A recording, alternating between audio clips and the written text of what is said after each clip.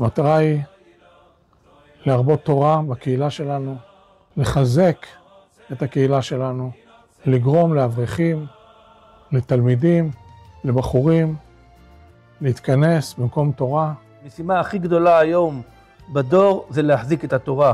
מי שיקח על עצמו להחזיק אברך, להחזיק בן תורה, כל המטיל מלאי לכיס של תלמיד חכם, אומרת הגמרא בפסחים, זוכה ויושב איתו עם הבית מדרש שלו בישיבה של מעלה. קורא לכולכם להצטרף למיזם הזה, לעזור לנו להגיע ליעדים שהצבנו לעצמנו. יבורכו כל העוסקים במלאכת הקודש, בהקמה של המקום הנפלא הזה בעזרת השם, שיעיר בעזרת השם על העיר אלעד, על התושבים, על כלל הקהילה, על עם ישראל, והעיקר שיעשה נחת רוח להשם יתברך בעזרת השם, נשמע ונתבשר בבשורות טובות בחודש כסלו, לפתוח את הכיס, לפתוח את הלב.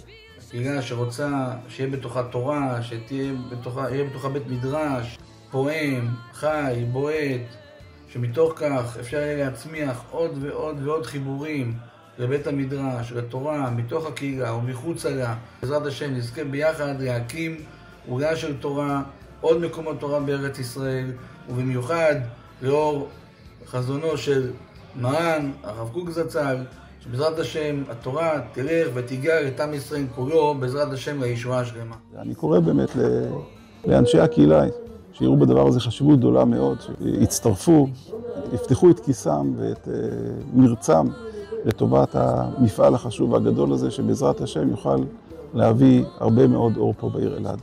אז אני פונה, ואנחנו פונים לכל הקהילה, לכל מי שתורה חשובה לו, קהילה חשובה לו, לסייע ביד נדיבה, ואנחנו פונים לכולנו לתת כתף, לתת יד, לפתוח את היד בצורה רחבה, ולאפשר להביא עוד אברכים, עוד תלמידים, ושמקום התורה יעלה בקהילתנו ויפרח.